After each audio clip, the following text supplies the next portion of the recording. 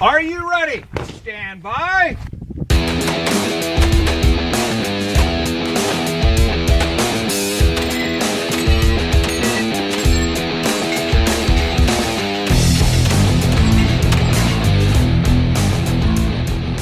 Hey everybody, I'm Dave Hartman and welcome to The Three Gun Show. This is episode 219 with Greg Jordan, and holy cow, this is a good one. Greg really brings the goods in this episode, and we discuss why he's always shooting on a stage, what makes him a slow stage walker, and why he's abandoned dry fire. This podcast is brought to you by IWI. I've been running through photos from the Red October Kalashnikov Championships, and man, the response that I get when I post pictures of my raced out Galil Ace has been pretty cool. There are a lot of rabid AK and Galil owners out there, so hopefully we could lure some of them into competitive shooting. You know, maybe 3-gun, maybe a carbine match, who knows. The Galil is really a dream to shoot, and some of the negative Nancy's online say that if I'm going to be shooting a raced out Galil in an AK match, I should be shooting an AR-15. Well, whatever, man. I'm going to keep enjoying IWI's Galil that they've actually been upgrading and improving over the last 40 years into the current version, the Ace. And I'm going to enjoy it. I'm going to enjoy every minute of it, just like I shoot my raced out AR-15s when I shoot 3-gun. So check out IWI.us to get your own, see what we're talking about, and know the difference for yourself. This podcast is brought to you by Breda USA, Italian shotguns that are the best in the world. And this is a shotgun tech tip from Team Breda. Hey, this is Dave Hartman from the 3-Gun Show, and I've got Josh Tanner here with Team Breda, and we've got a shotgun tech tip for you. Josh, what do you got? All right, today we're going to talk about point of aim, point of impact change on a shotgun when you've run a lot of rounds down through the gun. So on a long shotgun stage where you've shot a lot of birdshot, the barrel will heat at a different rate than the ribs do, which can start to affect the point of aim, point of impact versus a cold gun. Now, I found it to be much less of an issue with these Breda shotguns, I think due to their barrel manufacturing process, but it's still important to go out and warm your shotgun up really, really hot, shoot a lot of rounds through it, and check and see what that point of aim, point of impact is different with a warm gun versus a cold gun. All right, thanks, Josh. That's your shotgun tech tip from Breda Shotguns. Check out Breda's B12i 3-gun ready inertia-driven shotgun at BredaUSA.com. That's BREDA. Thank you for joining me here on the 3-Gun Show, the world's largest 3-gun podcast. This show is purpose-built for you to learn about practical shooting while you're on your commute, at the gym, at work, ignoring your family, whatever you do when you have your earbuds in. Every single Wednesday, there is a new episode waiting for you to download, listen to, and learn. So if you're into this kind of content, hit that subscribe button. Make sure to tell a friend. Leave a review if you can. All that good stuff. And enjoy every single episode that comes out every single week. Now, on to this week's show. I'm really pumped to have Greg Jordan back on the podcast. Greg was kind enough to be the very first guest on the 3-Gun Show back in episode 1, which is 217 episodes ago or so. And that was April of 2015, which is kind of crazy to think about all the stuff that's happened between then and now. If you haven't listened to that one yet, I put the link in the show notes at 3gunshow.com, and it's episode 1, so it's pretty easy to find. I encourage you to go back and listen to that first interview after you listen to this one. You'll find a lot of parallels in the talks and the dedication and consistency that Greg is known for. But before you do that, today you're going to hear Greg talk about some deep details of his training and his practice. Greg says, you're not going to rise to the occasion if you don't put in the work before a match, which is a twist on a phrase that he uses when he trains law enforcement and military. Boy, is he right, but not only is he right, he tells you why he's right. So find out what work he puts in and how he does it in this interview with Greg Jordan. Greg, welcome back to the 3-Gun Show. Dave, thanks for having me, man. It's been a while, but congrats on all the success on the show, what you're doing for the sport. Thanks, man. I appreciate that. So it has been a long time. You were the very first interview I did for the 3-Gun Show. I remember it, man. I remember it very well. Could you tell when you were like, this guy's so new? Well, you know, that's I've done a few interviews over the years, and like I said, you had a lot of good questions. We talked for a while, and then I listened to some other podcasts later, and it really you really come a long way. You've done a lot for the sport as far as informing shooters as well as getting new shooters into it. So, dude, I appreciate that. Congrats. Thanks, man. Yeah, so I listened to our interview on the way up here, the one that we did initially, as sort of like a refresher, like what have we already talked about? What would I like to dig in first? Because like you said, I did have a lot of questions, but I had these are the questions I'm going to ask, and I didn't really explore rabbit trails like I do now, So I was listening to it, and I was thinking oh shit, I can't believe anyone stuck with this. it's like watching your first film of you shooting 3-gun, It's like, man, that felt so fast in my head, and then 3 years later you're looking at it and you're dropping quad loads. Didn't look so fast. It didn't feel fast at all. So yeah, so thanks for sticking in with that. Absolutely, that was great. And one of the things that we talked about from the initial episode, and I completely spaced on this, but was bracketing targets in a mill reticle. And I can't tell you how many people have come up to me and I heard on the show, bracketing targets and blah blah blah, and then talking about long range and everything. And after so many times of hearing it over the years, I'm like, oh shoot, that was the very first episode. It was gold from the beginning. So absolutely, you helped a lot of people with their long range game, and just those little bits of talking about how you use your own reticle and your own gear. Yep, still using the same reticle. And actually, it's funny. Rick and I were talking about coming in this morning with the Leupold and the Horus 27. All these targets out here, when we ranged them, we were talking about bracketing. And yesterday, it was so windy out here. We had to bracket and then also hold wind on top of that. So having those steady lines in there, I think we were holding 1.5 mils on the 500-yard target, which is is that right? The most I've ever held in a 3-gun match. Dang, and that's a lot of wind. so I shot that this morning, and it was a dead hold for me. Don't tell me that. Yeah, that was a lot of work finding that wind yesterday. We came up with a bracket beforehand. I was figuring 12 to 15 mile an hour. And then it wasn't quite full value, so we were going back and forth with the math when I was the first shooter on stage. And you couldn't see impact, so I told him, I said, I'm going to start here, and then we'll start working from there, and it took me a couple rounds to find on the 400-yard, and then we carried that to the next one, and then by 500, I added just a little bit more. So, but it took a couple shots to find it. So I came out this morning and saw the flag was just hanging, and I was like, man. Yeah. It was pretty rough. We were sitting over there, and we're looking at, all the targets out there, and, yesterday when we got here, the wind was really whipping, as when you guys were probably out on the stages shooting, and we're seeing the grass flow, because we're out here on the prairie in Wyoming, right?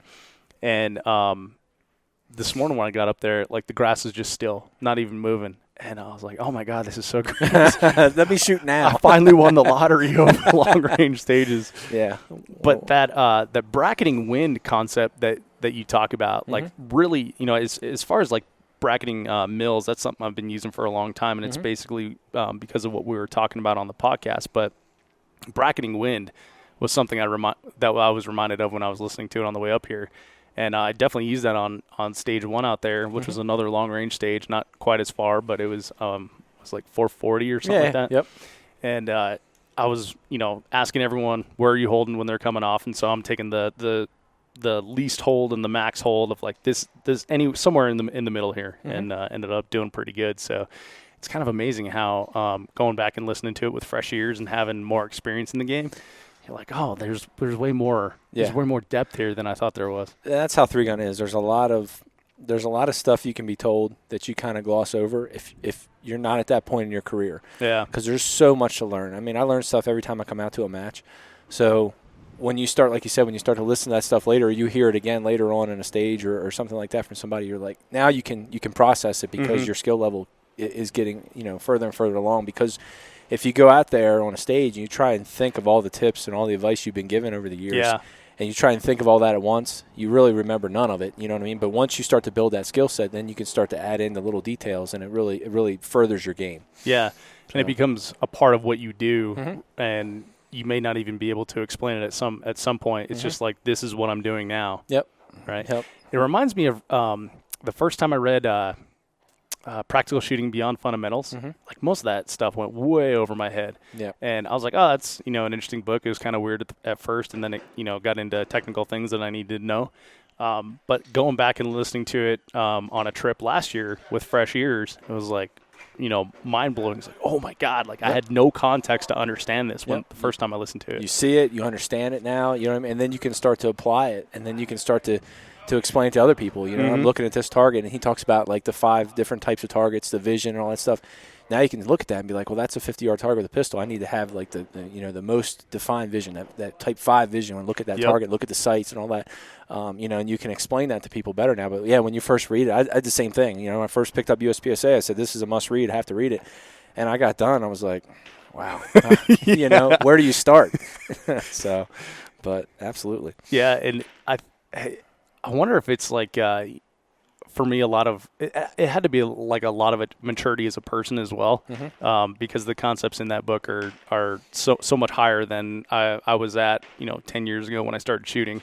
So it's it reminds me the saying, like, a man can never cross the same river twice because he's never the same man and it's never the same river.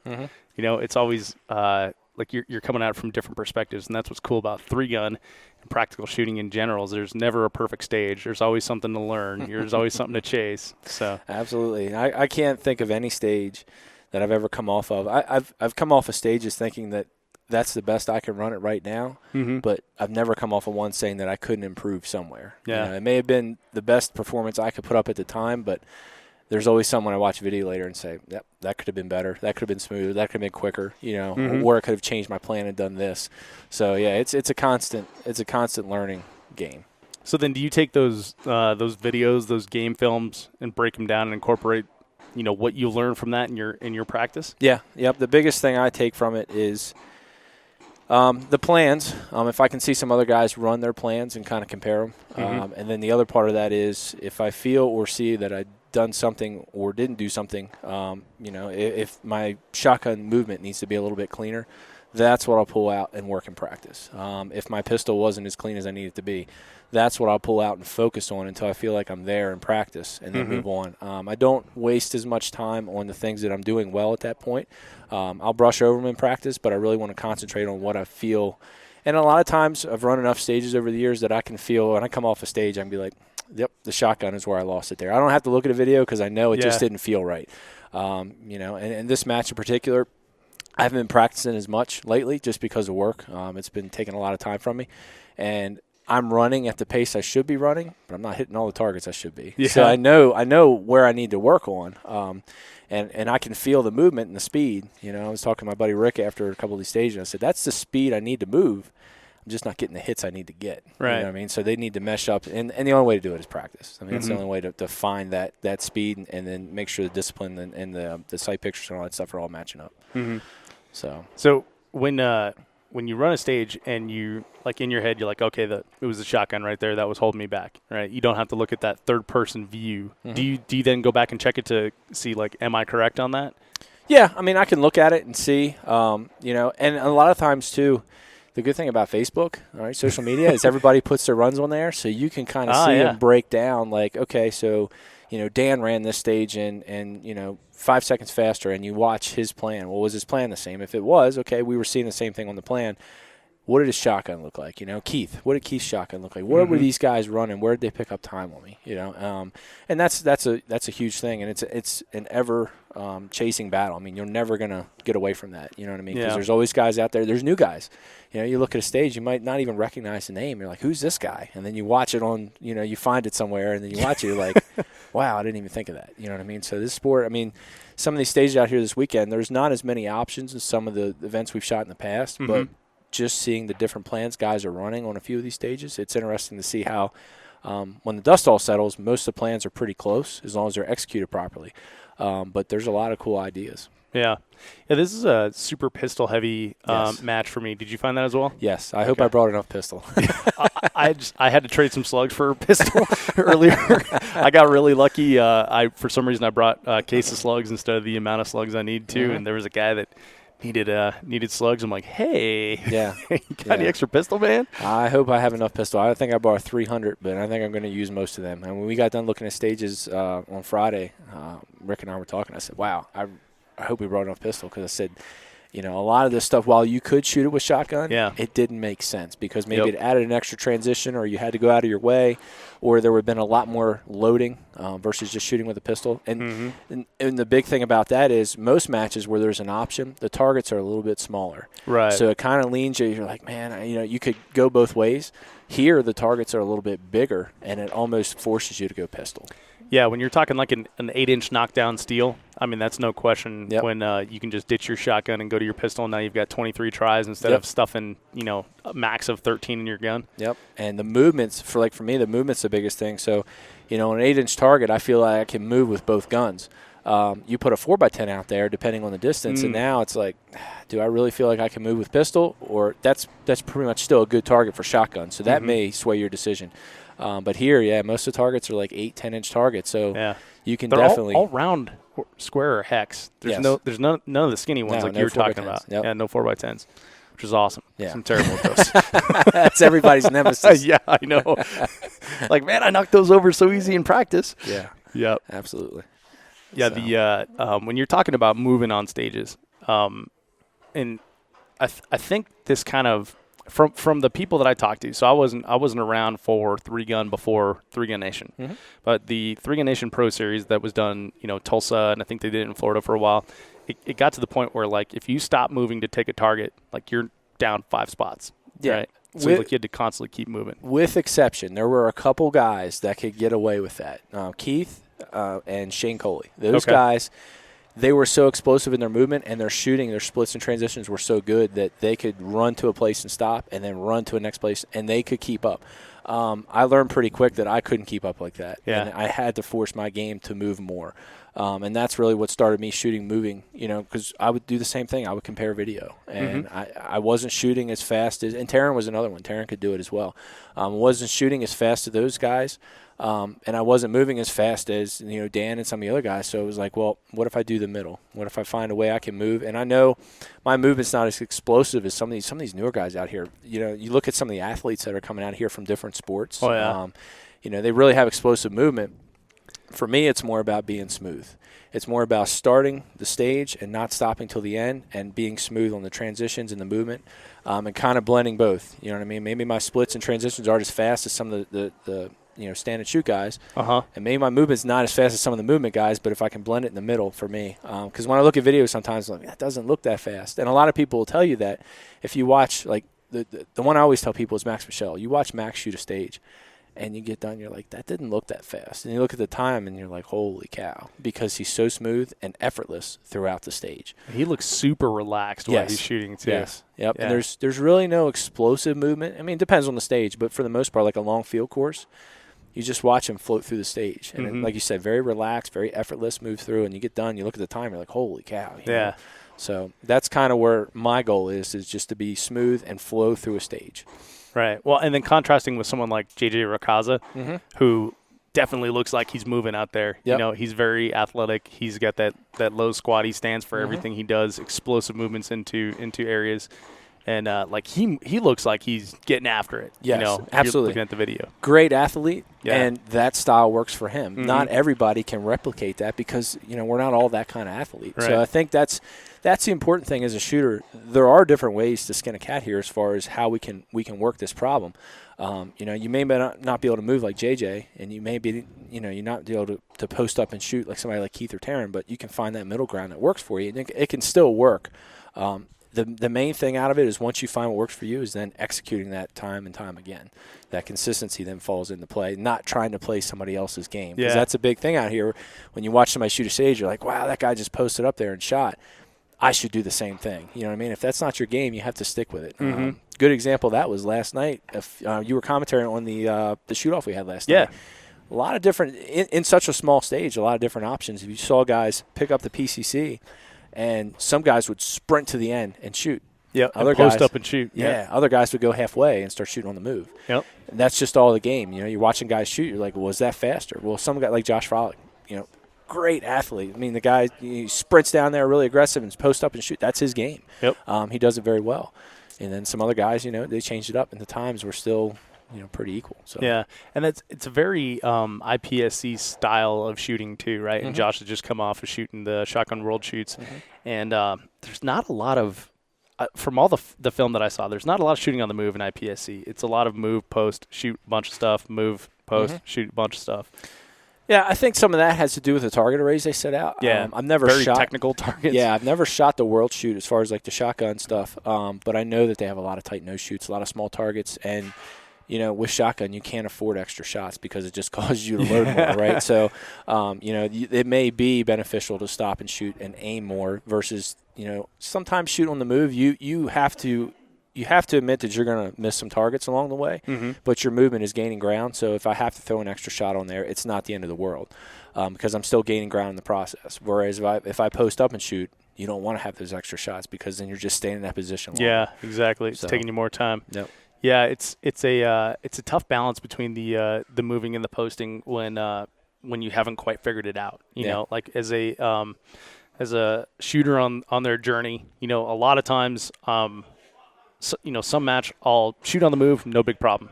Other matches like it's just not working this time out, and I'm sure that has to do with like the amount of practice I've had in between and stuff like that. But like you said, when you watch someone out there, like I'll think like, okay, well I hit these on the move and I'll come into it, but then I'll watch someone just sprint and post, and it's almost like in my head it gives me permission to do it. Well, that guy did it; it must be okay, that kind of thing. And that's the hard part with this sport. There is no black and white. It's all gray area, and I think a lot of new shooters have a hard time with that because they come in and they watch somebody shoot a stage and you say, and they come up and ask you a question, how are you going to shoot this stage? Are you going to move on these? Are you going to post? And then, this stage I'm going to move. And the next stage we go over there and I'm going to post. And, well, you moved on the last stage. It's not going to work out on this stage because of this, this, and this. You know what I mean? And that's a hard thing to understand because there's no black and white. Like every single time I see this, I'm going to post, or I'm going to move. And that's just part of learning the game, what you can do as a shooter, which equates to what you've done in practice. So, do you have any like rules of thumb for yourself that you use? Like this is a shoot on the move type of thing. This is going to be a post. I shoot on the move as much as I can. Okay. I always want to, especially the stages where they have a lot of ground to cover, where we start, where we have to finish. I have to get to that end to finish. I'm going to try and shoot on the move as much as I can and maximize shooting time. Sometimes it looks really good if I sprint a long distance, but during that sprint, if I'm not shooting, sometimes it kind of negates all the other movements. So however I can start shooting the quickest and keep shooting the whole time. You know what I mean? And like I said, every stage is a little bit different how it's set up. There are times where you have to post. They're just maybe they're small targets or there's such a big array that my movement is going to be so slow through that array. You're better off just to get there and shoot it and get out of there. So, right. I mean, you have to work both in practice, but 9 times out of 10 on a normal array with 4 or 5 targets that are at a reasonable distance, reasonable size, you're always going to be better. Even if you throw extra shots, you're always going to be better to move. And if you show new shooters that sometimes, I've done classes where you'll set an array out and you'll be like, hey guys, how do you feel about shooting on the move? Well, I would never shoot those on the move. Okay, well let's try it. Post up and shoot them, and then we'll shoot it on the move. And then they get done, and they may have thrown an extra shot or two, but at the end they're like, wow, I covered all this ground. I threw 2 extra shots, and my time is still the same. So if your time's the same, you still have to cover that ground when you post. You know what I mean? So it's really eye-opening for them, and it gives them another option when they go to a stage. Right. So that makes sense for pistol, right? Because throwing 2 extra shots is not necessarily a huge deal because you've got 21 to 22 to deal with, right, in your magazine. Does that change when you go to shotgun? Depends on the loading. Okay. So if you feel comfortable loading, shotgun, you're not – I shouldn't say you're not, but most of the time guys won't throw as many extra shots as long as their movement technique is all correct. So if I throw an extra shot and there's time to load, as long as it's not something crazy, some of these stages where you're doing, 52 rounds of shotgun. I mean, if you're going to Rocky next week, you're going to see a stage with 50-some rounds of shotgun. If you start missing 1 or 2 rounds every array, you're going to run out of shells. You know what I mean? So if it's something where, you have 16, 18, targets you have to deal with, and you can throw an extra 1 or 2 in there, it's not going to be the end of the world. And your time's usually going to be better with the movement. Like I said, there's no black and white, and that's what's cool about the sport because you're not channeled into one way all the time, and that's part of the challenge and the intrigue for me is figuring out a plan that's going to be good because there are a lot of different options out there, and you have to pick what works for you, and then you have to execute it then. So yeah. I think a lot of times we only show the videos of us making noise and stuff on the Instagram and the Facebooks. and you don't get to see obviously the holes in the targets, but you also don't get to see the walkthrough, the planning or anything. And I think that's lost on a lot of new people about how this sport really is about solving a problem in the most efficient way possible, and each stage is its own puzzle to come up with the proper solution. Yep. So a lot of times when we have people to walk with and bounce ideas off of, that helps out. So if you're walking solo and you don't have that perspective, how do you approach a stage and try to see everything out there, all the options that are available, rather than just getting sucked into the path that's on the ground? For me, I'm a slow stage walker. A lot of guys will dive right into it, and they kind of just like they've already, I won't say made their mind up. For the most part, they have a way they shoot, and they just dive into it, and they're like, that's my plan, I'm out of here. I'm a slow stage walker. First I'll find all the targets, make sure you have all the targets. And then as I start to move through, just find a way that flows. Like I said, I don't like to have to stop and start and stop and start. And when a stage feels choppy to me, I always look for a better plan. If I feel like I can be smoother in a way with the movement or the transitions. But yeah, just figuring out, okay, this is going to get me started shooting the fastest. This is going to allow me to flow through. And then as I'm moving through that stage, what can I trim off of here? How can I stay shooting? If I could have options. Options are the biggest thing. Should I shoot this with pistol or shotgun? And then the only thing you have to work off of is your practice times. I know in practice I can shoot this array faster with shotgun, and it's going to negate the transition to a pistol later, But, yeah, solo, I take a lot of time on a stage. Some stages are pretty gimme when it's like everybody has to shoot it the same way. You look at the target array, and you're like, there's no options, and this is pistol, this is shotgun, this is rifle, and this is the only way you can shoot it. And you walk off the stage, and you're done. Right. But the ones with options, I've spent up to an hour. The old Pro Series, it was like 5 stages, and we would spend an hour to an hour and a half at some of the technical stages just making sure we had all the targets, and then running like 18 different plans. And then sometimes we'll even put it on a stopwatch and air gun it. And you have to be legit with your air gunning. Some guys, I'm really fast air gunning. Yeah, everybody's fast, and you never miss, right? So some guys get a little carried away with that. So you have to shoot it at a reasonable speed when you're air gunning. But we would do that. Like, all right, we've narrowed it down to 2 different plans. Let's do this one and this one. And we run it, and we see, like, okay, that one's a second faster here. As long as we execute it properly, we're good. So, but yeah, there's a lot to be learned in your stage plans. And that's a huge part of the sport, just planning. Yeah. Not the practice part, just planning a stage. Yeah. So. Yeah, for sure. And that is something difficult to practice. Yes. Planning a stage. Yes. You almost have to have like a bro set a stage up, and then you just come and walk it blind, because if you put one target down, then it makes it I don't know, not really the same experience as you get coming to a match. That's where like the club matches come into club play matches. and shine. If you have the availability of having a stage set up, I'll do this a lot, because during the year I don't practice unless I have a major issue that comes up during the year. I practice stages more than I practice the actual like drills and skills. That's like a early season practice to get tuned back up, and then throughout the year I practice the stages, and I'll set a stage up that I can run 20 different ways, and then I'll look at the problem and I'll say, well, this is how I would shoot in a match, and I'll shoot that. And then I'll run it a couple times on a par to make sure I'm consistent.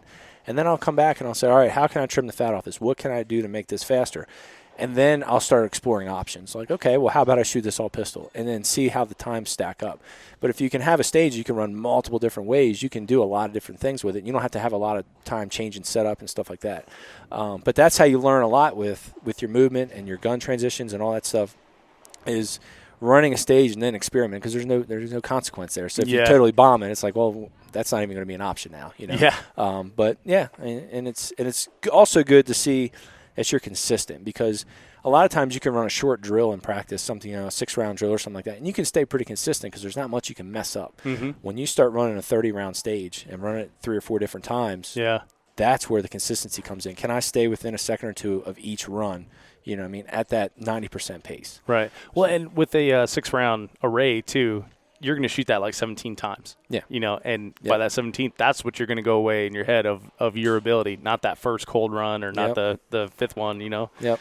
So the running stages is completely counter to what most people usually say on the podcast. They're like, I stick to the fundamentals, I stick to the basics. That's running a 30-round stage multiple times in a day is pretty good practice session for a lot of people. Yeah, and like I said, everybody's different because I ran into that when I was shooting USPSA a lot. I've been to some classes, and a lot of the instructors really focused on drills and skills. You have to do this. And I think a lot of that may have been because of the sport, maybe the classifier side of things. Guys always want to bump up their classification. Well, the classifier doesn't have any sort of stage planning or field courses involved at all, so it's all gun manipulation. Yeah, and then when I would go to the major matches, I would see that my performance wasn't where my class was, you know, and I'm like, what am I missing here? And it was the stage side of things. So I think I went to a class years ago with Bob Vogel and talking with Bob a lot, and I said, what do you do for practice? He said, I run stages.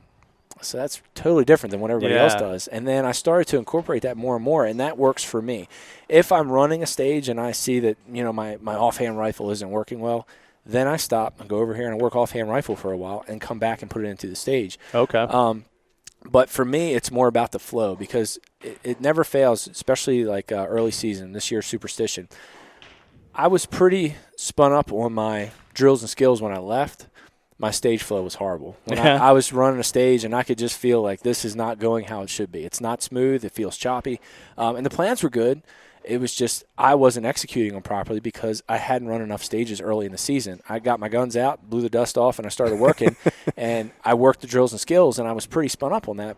But the flow of the stage wasn't there. So that's when I was like, all right, it's time to get away from that and work to a stage plan now. Okay. Which, it seems like it helps me out. Right.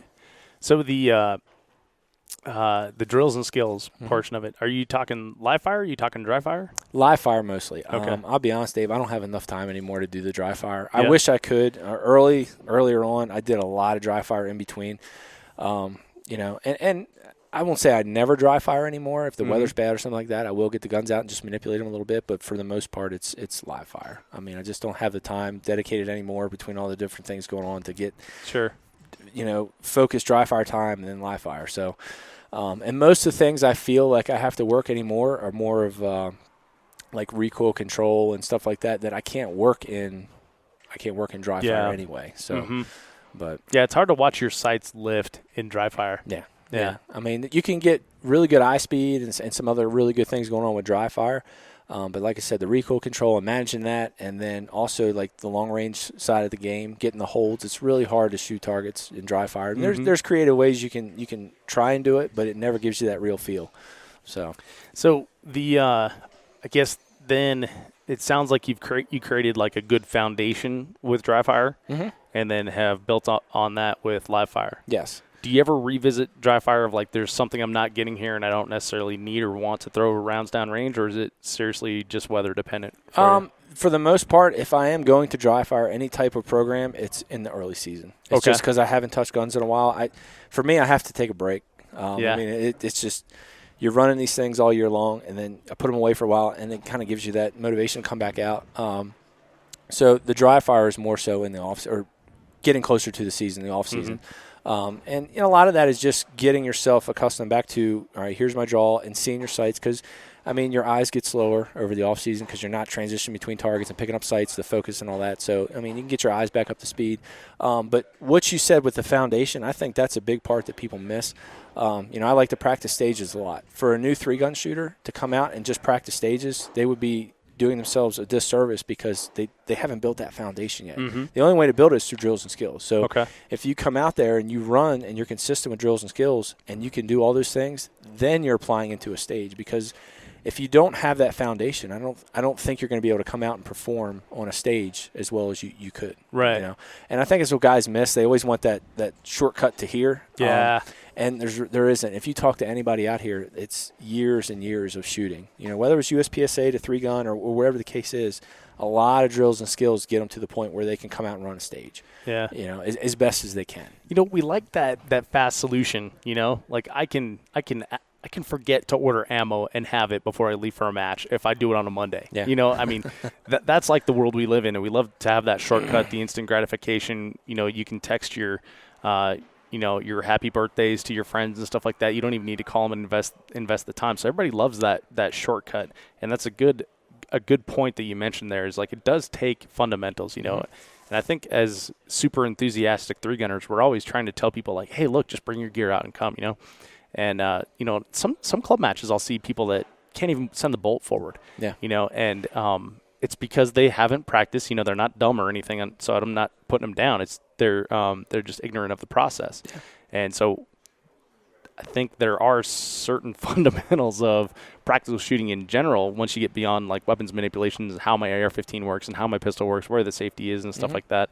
So do you have like a base that you recommend? Because you work with students a lot, right?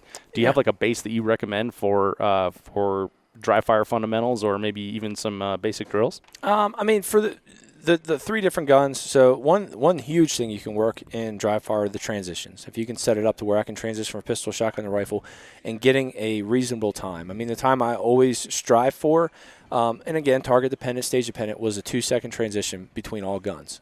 As long as the targets, they were reasonable time or reasonable distance and reasonable size. If I went from pistol to shotgun, it was 2 seconds. If I went from shotgun to pistol, it was 2 seconds. So you can work that in dry fire all day long. That's a huge one for 3-gunners. Mm-hmm. But as far as breaking the individual guns down, you can do a lot with like rifle setups. Build yourself like a barricade prop and set apart time and put a target, as far as you can in your house, wherever you dry fire, and work a setup into a reverse kneeling, a setup into a standing, that kind of stuff. And then just transitions between the targets. A lot of times I see guys like they're pulling the trigger all the time when they're doing dry fire. A lot of it is just finding that trigger prep. That's the biggest thing I see with students is under prepping of the trigger with all guns, is finding that prep every time they transition. So I don't necessarily have to pull the trigger for that. So when I'm doing transitions, I'm always working trigger prep, and that seems to serve me well there. The other part you mentioned with newer shooters that have issues, and this is like I deal with the LE side a lot because of work. Yeah. And I always tell our students there, like, you're never going to rise to the occasion. It's kind of the same thing here. If you can't do something in practice or you haven't practiced something a lot, when you come out to a match, there's not a life or death stress here, but there is an adrenaline rush. There is stress, and that's why a lot of us do this, right, because we enjoy it. But our skills deteriorate when we come out here. We're under pressure, right? Sure. So having that good base of fundamentals when I come out here, that's going to help me out here. I'm not going to think so much about, all right, how am I going to do this transition, more so than concentrate on the stage itself. You know what I mean? And that's the thing I think a lot of guys lose. If you don't practice that stuff at home, you come out to a match, you're not just going to automatically rise to the occasion and perform at your best. Right. So like you said, that transition becomes just something that you do. It's subconscious. It's not something that you're concentrating on. It's not like, okay, I shoot these 3 targets, and then I'm going to switch my rifle to my support hand, put my hand on the grip of my pistol, dump the rifle, pistol up, that kind of thing. It's just that's what you do. Yeah, it's subconscious. The conscious side of that is learning that in practice. You know what I mean? Right. It may take you walking yourself through it time and time again until you get all your index points, how you pick your gun up, and how you draw the holster. And then when you get to a match, I don't think about that, because if you think about that during shooting, it never goes well. Right? As soon as you start to think during shooting, it all goes downhill from there. So. Yeah, that's true. Well, okay, so going back to what you were talking about at Superstition then, you said, your first stage you weren't feeling the flow. You're like, this feels choppy, this doesn't feel good. Are you having that conscious thought as it's happening there? And then is that taking you out of the moment? Sometimes it is. Sometimes, or you get done and you don't feel it, but it's just after running the stages over the years, when you get done a stage, usually when I get done a stage and I feel like I've forgotten targets, are my best stage. I'm like, wow, am I done? Did I get all these targets? Because that didn't feel like, that was too fast. Didn't feel like enough time. Yeah, and then I get done and it was a great run. But when I'm running a stage and I feel like, man, this is choppy and it's taking me longer to engage this array than what I planned on and my movement's not right, then it's like, yeah, I need to go back and work some stage practice, Yeah. I had a little bit of that yesterday here. We ended up, we walked a stage 1,000,000 times, and I don't walk a stage at a full out run every time. I'll walk it, make sure I've got and I'm trying to visualize sight pictures on targets and what I should be seeing and all that. And yesterday, the stage, my movement carried me further than what I had anticipated, because it took me longer to engage the targets. And again, that's a practice issue. I know that. Sure. But when I got to the end, I just instinctively altered the plan and shot what was available, and we got back. And Rick and I, we talked stage plan. He goes, hey, buddy, you changed that up. Why? And I said, well, I got there before I anticipated.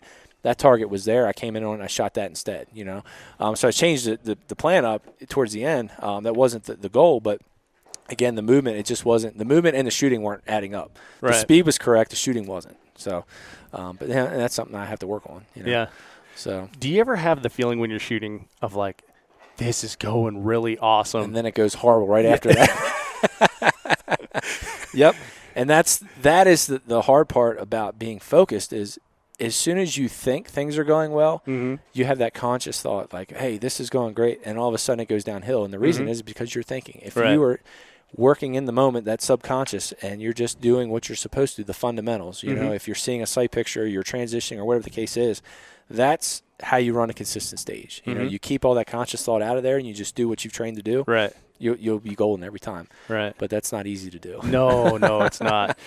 So I've seen you in a lot of shoot-offs, and we shot on squads together and stuff like that. Saw you shoot last night. It's very difficult to tell how you felt about a stage when you shoot it. You hardly exhibit any sort of emotion. You never do a fist pump in the air or let out a woo or anything like that. So is that something that's been part of your personality your entire life? Is that something you learn because you're a law enforcement officer? Is that something you learned in your career, or is that your practical shooting persona? I think it's just been my entire life. I've always been kind of lower key with that stuff. I've kind of been more on the humble side of things. I don't go out and even if something goes bad, you don't show any sort of emotion. And I think I've learned that over the years, mainly from competition. You shoot a bad stage. I've shot enough matches where I've bombed some stages, and if you carry that over to the next stage, you could lose a match. I've bombed stages and ended up winning matches. And you think back, you're like, wow, if I would have carried that stage to you could bomb the first or second stage of your match. If you carry that through the rest, the outcome's not going to be what you want. It's over and done with, and to think you're going to come out here every single time, every single performance and be perfect, you're going to be sadly mistaken and let down, right? For sure. I'm frequently let down. And, when you come out, if you have a bad stage, put it behind you. Yeah. It's done. It's over with. That's not the norm. You go back out and go to the next stage, and you just reset and work again. I find that, and even on the good side of things, like when you shoot a stage well, if you get so worked up about it, sometimes that can hurt you on the next stage. You know what I mean? You shoot a stage. All right, it's like me to shoot a stage like that. That's how I work in practice. Go to the next stage and just, reattack and start from there. Yeah, that's a good point. Like a roller coaster covers a lot of linear feet, right? But it's not a lot of distance, So the ups and downs, that'll take you through that emotional roller coaster, right? But you'll go farther if you travel the same distance in a straight line. Straight line. Man, that's consistency, and there's been a lot of times, and I won't say that I never push, but there's been a lot of times where I'm more of a consistent shooter. You'll see guys come out and just totally crush a stage, and the next stage they're like 20th. And then they're back up to second, and then they're 20th. And you look at guys that shoot third place, fourth place, second place, first place throughout a match on a stage, and they usually end up placing way better. Right. So that's been my goal all along, is try and be consistent. Now, if you get down to the last stage or two and you happen to look at scores and you're like, wow, I need to push a little bit here, sometimes that works, sometimes it doesn't. Like last night, perfect example. I had a plan going up to the final five with all of us there. Dan gets up there and just lays it down, right? So he came up with 31 points. So now you got to come up with at least 31. The plan I was going to shoot if I executed properly was 30 points. Okay. So I needed to shoot his plan and beat him at it. And I had to do that from the time I picked my rifle up and stepped into the box, because I was sitting there running my plan, because all along we were all running plans that 30 points, which is my max, could have won. And I was like, that's it, what we're doing. And then he ran that, and he got 31 points. And as I stepped in the box, I'm like, well, I have to replicate his plan and beat him by one target. Or time and hope that my tiebreaker was a little bit better. Right. And that changed automatically. I think your tiebreaker was better. Yeah, I was 22 and change, and he was 24. So if I would have tied him, I would have been good. But the only way to tie him was to run his plan. Right. So that was one of those things. That's a hard game to play, too. Yeah. Yeah, like with guns that aren't yours. Yeah, exactly. At night, under the lights. Yeah. So, that was one of those things that the plan changed instantly, and it was something I had to do. So playing conservative there, I could have played conservative and ran my plan. If I would execute perfectly, I came up with 30. He still won. So in that type of shoot-off, what's the sense of playing conservative? You know what I mean? So it's like, we're going for the win. You might as well try and beat it. Might as well. Yeah. So. Yeah, well, and you have to, because again, if like you said, if you execute your plan, you're still going to lose. Yeah. So you might go for well it. Just, So, and it didn't work out. Nope. Dan came out on top on that one. Yep, he did. Yep. Brian Nelson second, and then Kyle Soule third. Yep. On a tiebreaker with Nate Staskowitz. Yep. So. Yeah. Well, Greg, you're kind of known as a rifleman. You know, in any time I bring up like a Greg Jordan this, Greg Jordan that, someone always comments on like, oh, he's such a rifleman, right? And it's funny because I think like you don't get enough love for the pistol shooting because you're pretty good pistol shooter as well, but you're known for rifle shooting. When you approach a stage, rifle, pistol, shotgun, do you have like a strength that you like to lean toward? I think that changes, Dave. It changes. It's changed throughout my career, and it changes throughout the season. Okay. When I started 3-gun, when I left USPSA, I ended up making GM in production, and I felt really good, and that transitioned over to 3-gun. Pistol was my strong point by far. Sure. If I could get to a pistol, that was like where I needed to be. And then as my skills developed with the other guns, that didn't lend me enough time to practice pistol. So I have lost skill in pistol from what I used to have. So now when I go back and forth, it depends on a lot of the target array. I still feel like rifle is a strong point for me, but between shotgun and pistol, that's kind of up in the air. It depends on where I'm at in the season and practice. I mean, some days I'm like, I really feel like I can shoot pistol well today, and the next day it's like, I better shoot some shotgun today. For me, it changes. It changes throughout the year, and again, throughout my career. I know I've lost speed with pistol. I think a lot of the speed loss with pistol is maybe accuracy gain with 3-gun because USPSA and 3-gun are not the same game. No. Very rarely do you shoot 4x10s in USPSA and shoot 50-yard targets. It's all up close and fast. And I feel like when I left that game, I not left it, but hadn't shot it as much, my speed and my manipulations have went down. But I also feel like I've gained more discipline on the accuracy side. So, but yeah, I mean, they change. So. Yeah, and that is another thing that's said about you frequently is that you generally don't break a trigger shot unless you're on target. I hate to pick on Brian Nelson, but he's such a great example of this. Is like he squirts a lot of bullets at stuff, and he does everything really fast, but he probably fires twice as many rounds as like I would or someone else. Where as people see you on the opposite end of the spectrum, there is conservative on shots or number of rounds spent, and hooking up and making those hits. Is that something conscious that you're doing, or are you just doing what we're supposed to, is aligning the sights and pressing the trigger? For Brian, that works, and that's kind of goes back to like what Shane Coley and Keith and some of the guys using in Pro Series. What they did there worked. For Brian, that works. He's got a fast trigger finger. He does. Super. And he makes up, the running joke is accuracy by volume. I'm going to put enough rounds in there, I'm going to hit the target. And he has good fundamentals. I mean, you're not going to just come out and spray and pray and do that. He has the fundamentals. Right. He's just super fresh in my head because I'm shooting on squad with him. Yeah. So. and when you see him shoot, you're like, wow, he shot a lot of bullets. But then you get done, and it's like his time was fast because his splits were, 13s and 14s. Yeah. For me, I build that in practice. I'm not satisfied with runs where I throw a bunch of extra shots. My goal is to shoot. You're never going to be 100% clean because you're going to be too slow. Right. I mean, if you shoot 1 for 1 every single time, you're going to be too slow. You're always, or I should say, most guys are going to have a few extra shots here and there. But that's kind of the goal in practice, is to run as consistent as possible and drop as few shots as possible. And that's that balance. You know what I mean? Right. Trying to push the time, extra shots, or trying to slow down, and then your time suffers. So it's trying to find that balance. Well, and a lot of people say, in your practice, you're supposed to try the hero things and then run conservative in a match, right? You push yourself in your practice, and so your match performance elevates. Do you do that? Do you run like with your hair on fire in practice? A certain amount of time, because when you run that fast or you push that hard, you're going to miss. Right. And you don't want to practice missing more than you practice hitting. Okay. So I run, a lot of times I use par times if I'm running the stages like we talked about.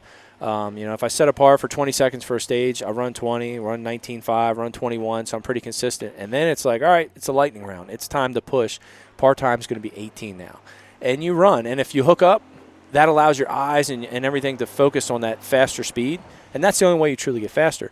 But if you don't hook up, then you kind of, okay, go back to the other. You know what I mean? And you're still seeing things at a faster pace, but I do believe you have to do that in practice. You just have to be careful with the ratio you throw that in. Right. How much. If that's your whole practice and you come out here, you're going to replicate that here. It's hard to turn that off when that's all you do. Yeah, so then when you do hook up on like that that hero run, do you then stop your practice right there? Like, I'm going to imprint that in my head. Do you take some time to think about it? No, or do you just move on? If I hook up on that, I'll run it again for consistency and see where it's at. If you hook up again, then my par time gets lowered.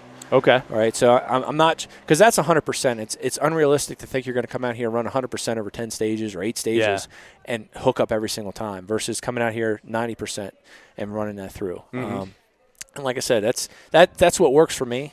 If I'm able to stay consistent, that's served me well. But again, that goes back to practice and the discipline you're putting on yourself in practice. You know, I mean, everybody gets something different out of practice. Some guys just like to go shoot, and they don't really look at the whole like how you can get better and all that stuff. I'm just going to go shoot today because they like it, and that's cool. It's whatever works for you. But if you're really striving to get better, you have to find a system that works for you. You know, how you're going to run as far as consistency and your times and all that stuff, and then that will all translate to a match. So, well, okay, so let's discuss longevity in the game. So you've been around for quite a while in 3-gun.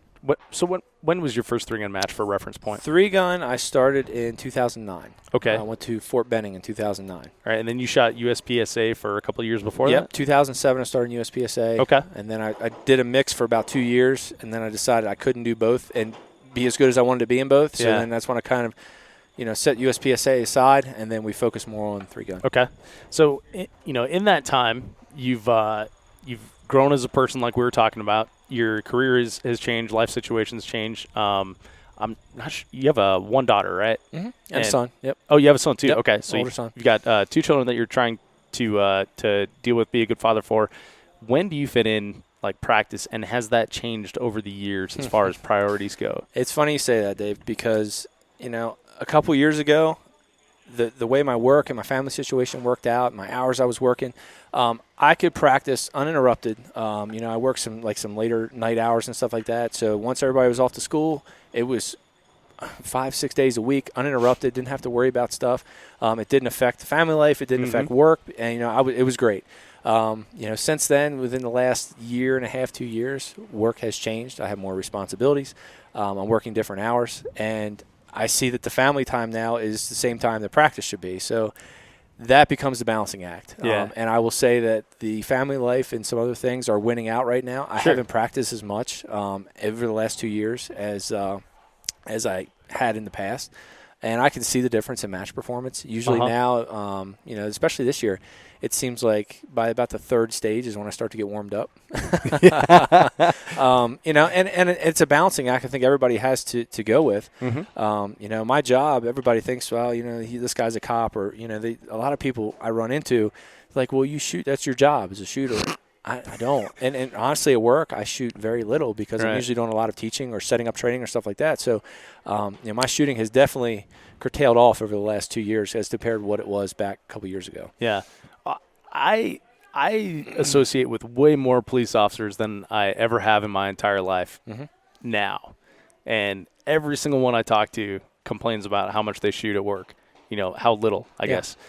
So when people are like, oh, you shoot all the time, it's like, no, I carry a gun all the time. Yeah, there's a big difference. Yeah, exactly. So, but yeah, it's definitely a tough balancing act. And there are other things you want to do in your life too. I mean, it depends on where you want to go. I still strive to come out and win at 3-gun, but there's other things I like to do, outdoors and hiking and camping, and, I do jiu-jitsu and stuff like that. So trying to balance that, and I want to be good at all of it. You know what I mean? It's just my personality. And a lot of guys out here are the same way. They come out here, they don't want to be mediocre. They want to be good at all the stuff, you know what I mean? So it's like, well, how do you find time to do all that stuff? And it's just constantly busy. I'm constantly doing something. May not always be 3-gun, but it's constantly busy. Yeah. So. Well, okay. So I was going to ask you about physical training as well. You mentioned Brazilian Jiu-Jitsu. So first of all, we should get you in a grudge match with Josh Fralick. I think this would be kind of cool. Come on. Nah, Josh is a little bit more advanced than me. He's been out of the game for so long. You could take him. All right. So you do have other training that you do outside of just going to the range and shooting, right? You're a fit guy. So what does the training look like? And then do you aim your physical training specifically for 3-gun, or is it just to be a healthy human? It's more so I'll say more job specific. Okay. More so than 3-gun. I guess they kind of match up a little bit. I don't like to do the same thing all the time. Like some guys are diehard CrossFit, and if that works for them, that's great. I do endurance training, strength training, cardio. Just trying to get a good overall balance and something that I'll stick with. A lot of times if I do something for too long, I kind of get bored with that. So I'm constantly doing something, whether, like I said, jiu-jitsu is a great physical training. I mean, it doesn't matter it seems like to me, it doesn't matter what you do outside of there until you go in and actually train. You're smoked and you're like, wow, right. I'm so far out of shape. I understand grip strength is huge. Yeah, grip strength is huge. I leave there, my fingers are torn up. They're like a mess. You know what I mean? Yeah. And I usually have pretty good grip strength from this. You know what I mean? Exactly. I've trained that over the years. Well, and then that grip strength from jiu-jitsu helps here too. Yeah. So. Yeah. As long as you don't get hurt. Yeah, that's right. But yeah, I mean, it's just I like to mix it up. So like I said, training in the gym as far as jiu-jitsu, and then working. Like I said, some strength training. I don't go heavy. Like when I was younger, I used to try and as much as I could do. I found that as I get older, it just hurts me more. So I struggle with that too. It's like, well, I really want a 450-pound deadlift, so I can write that in on a whiteboard that someone's going to erase at 5 o'clock when I leave here. Yeah. For what? Yep. It's about functional strength and being functionally fit. And that's kind of what I look at is, am I fit overall? Cardio, endurance, and then reasonable strength. I know I'm not going to be out here bench pressing 500 pounds, but as long as I'm reasonably strong enough to do my job and be fit at that. So. But yeah, I don't know. I think they kind of carry over to 3-gun, but I don't say that I come out here and do a 3-gun specific training. Okay. So well, something you said there really kind of struck me. You said that you get bored doing the same thing over and over again, but we just talked about you've been shooting since 2007, right? Why are you sticking with the competitive shooting sports and 3-gun specifically? What is it about it that's created that sort of longevity of interest for you? It's the drive to. Basically the drive to win, to come out here. I'm not going to lie to you, it gets harder every year. You come out here and the drive to come out and win. It's just something that either you have or you don't. I mean? There's guys out here that just love to come out and shoot, and then that's it. And that's great. But there's also that few that come out here and they want to win. You know what I mean? And it doesn't matter what happens throughout the year, practice, no practice. You show up here on match day. I want to win. You know what I mean? And that's what keeps the drive going. And that's with everything I do. And that's just a personality trait. Sometimes it's good, sometimes it's bad. Sure. My wife tells me that all the time. So, but probably bad for the kids when you're playing ping pong in the hotel. A little too competitive, yeah. But that's just part of it. And like I said, I'm not the only one out here. That's what drives any competitor in any sport is that drive to win. And then you're going to do what it takes to come out here and make that happen. Sure. So well, we've talked about that frequently on the show, especially in the shoot off format. Because there's fierce competition going on there. So is it that you love to win? Or is it you hate to lose? And if not, do you see it like a distinction between those? Like what burns more? The losing burns more. Does it? Yeah. I've been second place a lot, and that burns a lot. You know what I mean? It really motivates you to go out and train harder. And then, the guys at work are pretty relentless, Oh, you didn't win? So, yeah. Dude, I took second. Come on. You have to figure, like, when you're done the match, and then, like, you beat yourself up enough over what you could or should have done, and then you go to work the next week, and then the guys are pretty relentless. Oh, yeah. Yeah, so you hear that all over again. But, no, that's the thing is, a lot of these matches are decided by single shots. Yeah. 2 shots, especially shoot-off format over the years. Yeah. I don't know how many matches I've lost by, like, 1 plate. And you think back, you're like, 1 plate. Well, what could I have done different, to come up 1 plate ahead, and then you think back, you're like, wow, I could have, shot rifle faster or did this or been cleaner. So that's definitely the thing. A lot of these decisions are based on 1 or 2 shots, and that's what's hard. You work hard to get up to that match, and then you shoot it, and then it's like you're down 1 plate. Right. That stings. Right. So. Can you find happiness in second place? Like, do you think like let me finish. Stop giggling. Do you ever think like, okay, there's 180 people in my division and I took second place. Like I smoked 178 fools and I lost to 1 guy. The usual answer is no. Yeah. Over the years, there's been a couple times where I've been like, you know what? I haven't practiced at all. I haven't practiced this whole month. I expect to win when I come out, but realistically, probably not. If you have a guy that is legitimately training every day and doing this stuff every day, it's hard to beat that. Right. So I'm second. You try and come to terms with that, but for me, it's tough to tough to go that route. So it is. It's just it's something. You can't turn it off. You know what I mean? I've been like that since I was a kid. You know, just everything I've done, I just wanted to win, and then second place usually doesn't work. That's awesome. But Greg, I want to turn this. We've only got a few minutes here before you need to get out and start walking stages. So I want to turn over to some questions that I opened up to the audience. Mm-hmm. First one is from Newcomb 3 Gun on Instagram, and so his question is, how do you stay motivated? And we kind of talked about longevity there, but on like a micro level match coming up, how do you stay motivated? Looking and preparing for that match. That's the biggest thing. This match was interesting because this is the first year I've shot this match. Mm-hmm. I didn't know the flavor. I kind of guessed what the flavor was going to be, but each match has its own flavor. So, like, my next one coming up is Pro-Am. I've shot Pro-Am for a number of years. I know what it is. I know where I want to finish, and I know what I need to do to get prepared for that match. So that's the motivation. I keep it short-term versus long-term. Mm-hmm. So prepare for Pro-Am, have a good performance, and then after that, for this year, it's NRA. So I know what I need to do for NRA, and I work those skill sets, and that's my motivation is, all right, I want to do a good performance in NRA. And then I just work that throughout the year versus saying, well, at the end of the year, I want to be here, or I want to do this by the end of the year. I keep my goals more short term to get prepared for those upcoming matches. Yeah. You know, that's like the marathon thing, like just to the next telephone pole, just to the next telephone pole. Yep. You know, and you keep those increments instead of like, okay, only 25 more miles. Yeah. You know? Yeah. And that's worked well for me too, because once you learn to flavor a match, and that's hard for a new shooter because they don't know, but once you get to learn some match directors and understand like how they put matches, they all have their own twist of things. Sure. You know, it's like, okay, well, Pro-Am's coming up. Mike's running Pro-Am. Mike Sexton loves to do. Brian Corey's going to set up too, so you know him. Yeah, so I know, hey, Mike likes to do, you know, some options. He likes to do some long-range rifle. So I need to make sure my pistol and shotgun are spun up, you know, as far as the, you know, where the cutoff line is for options, you know, that kind of thing. And then long-range rifle. Got to train long-range rifle in the next week coming up because Mike's going to put some long-range targets out there. You know, so that kind of helps you prepare for that. And it focuses your practice more on what you need to work on versus just, I need to work on everything. Yeah. You know, because I suck at all the things. Yeah, then when you go out there, it's like, wow, I should have really worked on long range. Right. So that kind of helps me stay motivated match to match versus a whole year. Mm-hmm. So I got you. Okay, so same guy has 2 more questions here. Do you ever lose the drive to compete? I won't say I ever lose the drive. I will say that work definitely gets in the way of things sometimes. With the added responsibility, everybody has it. You know, their job as you progress through your job, you get more and more responsibility.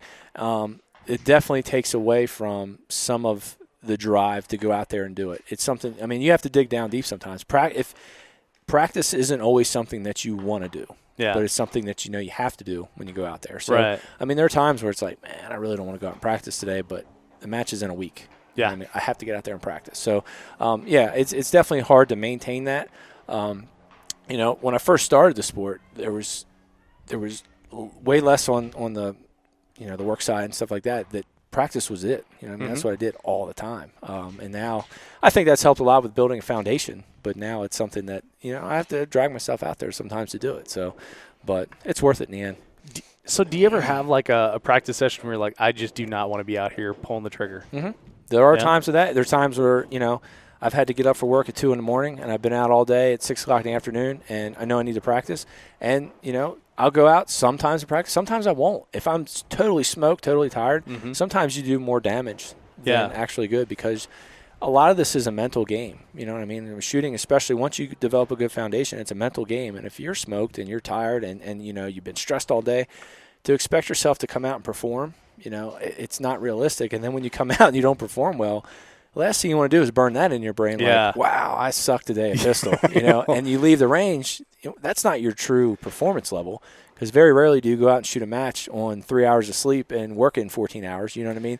Yeah, today, though. Today could be – I'm glad I wasn't shooting this morning. Oh, my God, 5:30 came early today. Holy crap. I bet it did. But, yeah, I mean, there are times where I've skipped practice because of that, but for the most part, it's what keeps me in check is the match-to-match preparation. Mm-hmm. All right.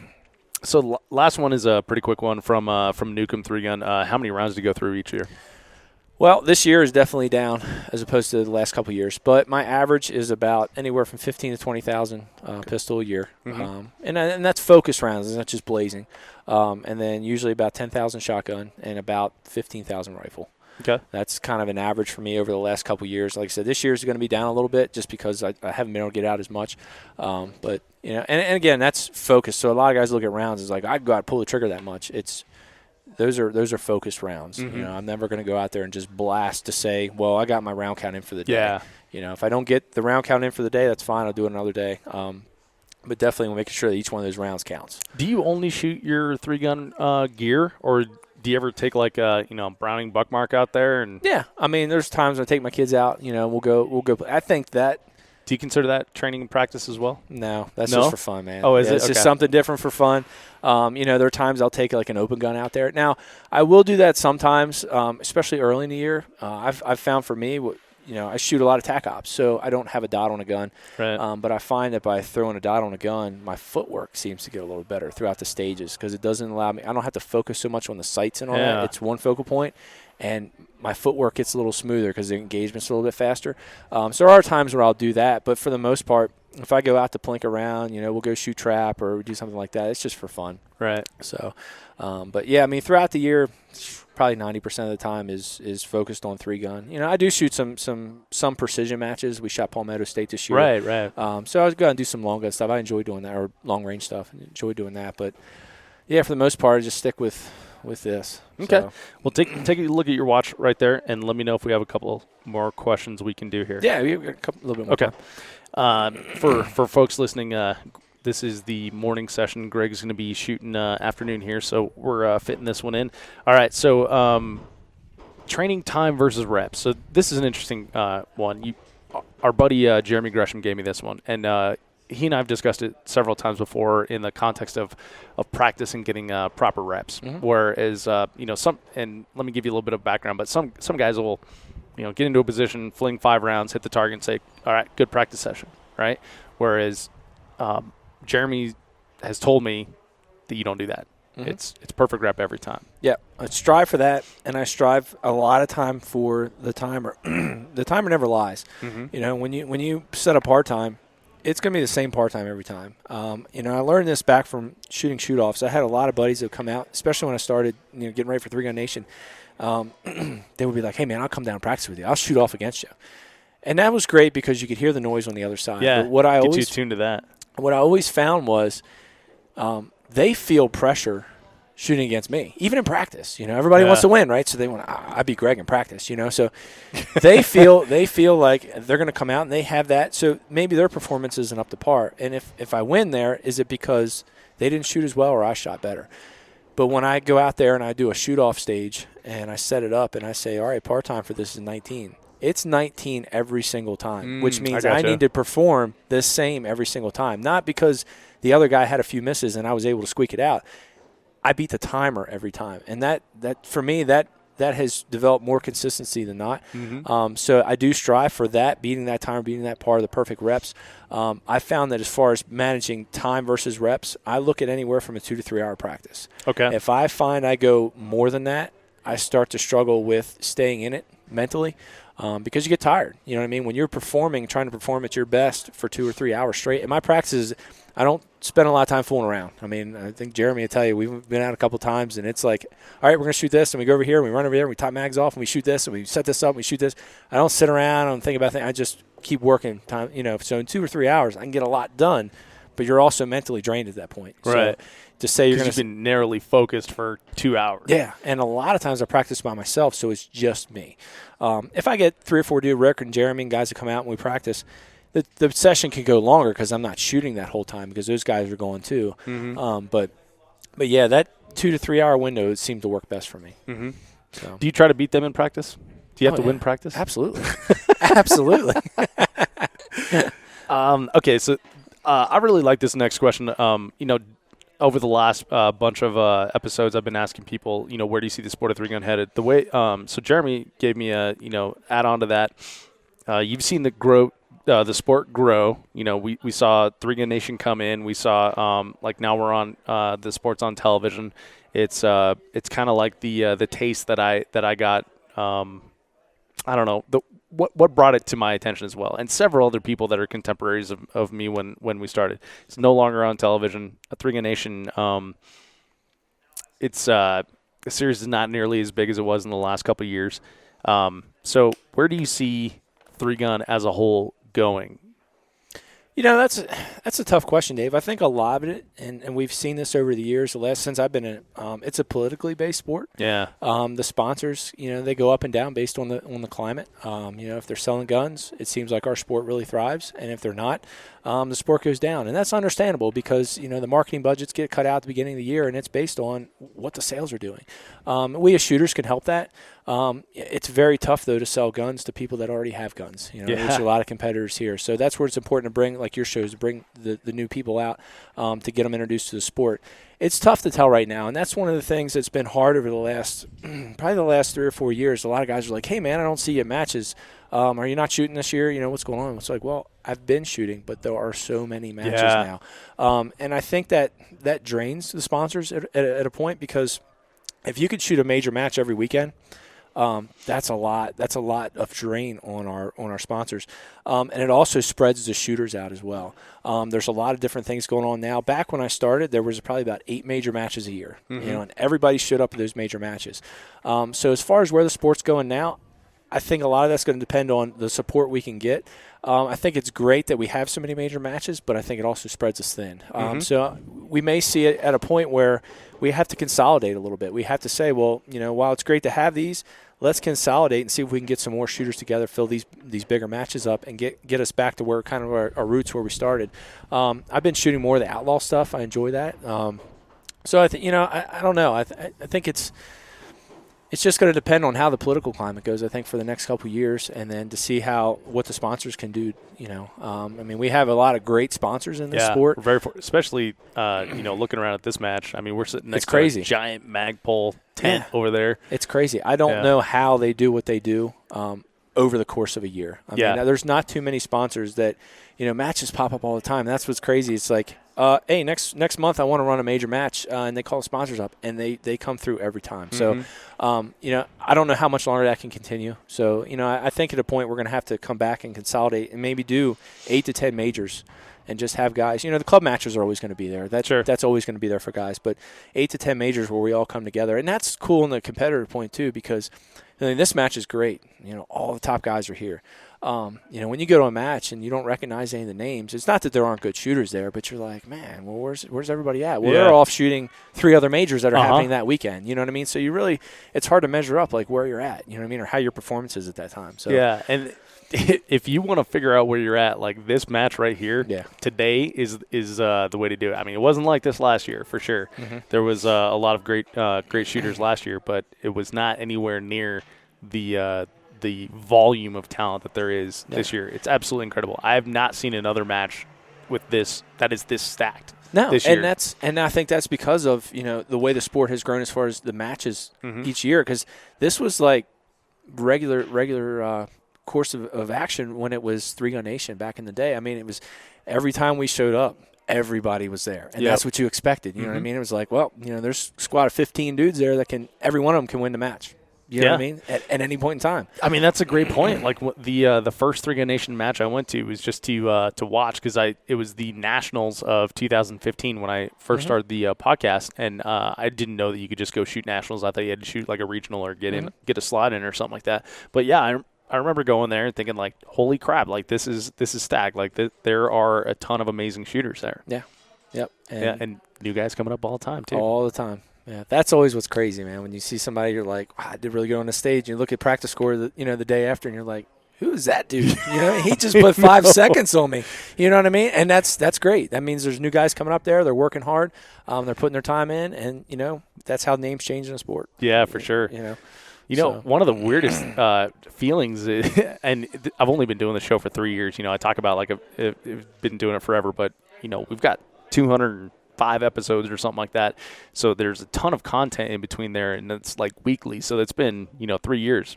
So I've even run into people like, oh, we should get you on the show, kind of chatting them up a little bit, and they'll say, well, back when we met, I'm like, where was that? And I was like, well, 2016 at this match. It's like, holy shit, dude. Like, just random dude I ran into. And in 2 years' time, now they're, like, winning matches. Yes. And it's amazing, like, how people can make that that leap in this sport. That's what I really like about it, too. I think a lot of that, though, is attributed to what you're doing. Guys like you that are putting together informational, content for guys, because I remember back when I started, the books were out there we talked about, to read.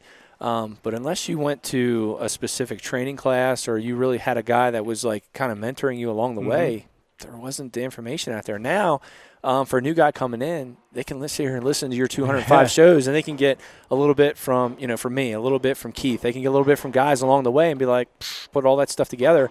And as long as you have the drive, I mean, these guys that are all coming up quick, they all have that drive. Yeah, they're all working sure. hard.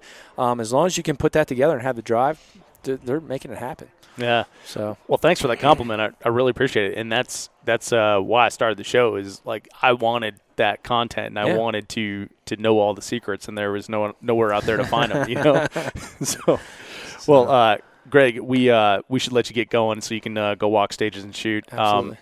I really appreciate you doing the show again. We got to make it not 200 episodes in between. Do this again soon, but Deal.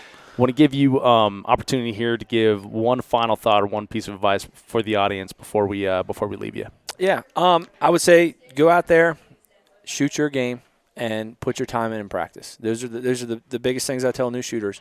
You got to put your time in, and whatever works for you. Everybody, if you practice 1 day a week and you can get it to 2, you're going to be better.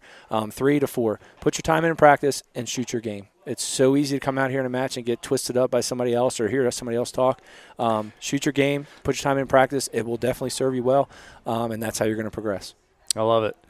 Right on. Well, Greg, it's been great catching up, dude. I appreciate your time, and thanks for hanging in with me on the first episode there. I went back and listened to that. I felt bad for you, and I'm glad you stuck with it. No worries, Dave. No worries. Again, thanks for what you do. Thanks for having me back, and we'll do it less than 200 episodes next time. Absolutely. Thanks, Greg. All right. Thanks, buddy. Hey, before you take off, check out the show notes at 3gunshow.com/episode 219 for links to things that Greg and I discussed in the podcast. This podcast is brought to you by Armalite, the original. Armalite rifles put the AR in AR-15.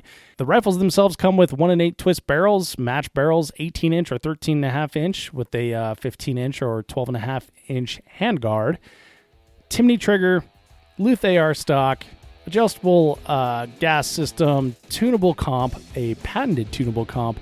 This thing's ready to go right out of the box for a 3-gun with no additional modifications other than putting on a nice optic. I myself use a Vortex Viper PST 1-6 when I'm shooting TAC Ops or their Spitfire when I'm shooting limited. Check them out at armalite.com. Quick reminder that if you enjoyed this episode of the podcast, subscribe in iTunes, Google Play, Podcast Addict, or wherever you get your podcast content, so you will always get the very latest. Thank you so much for downloading, listening, and subscribing to the show. I'm Dave Hartman, and I'll see you on the range.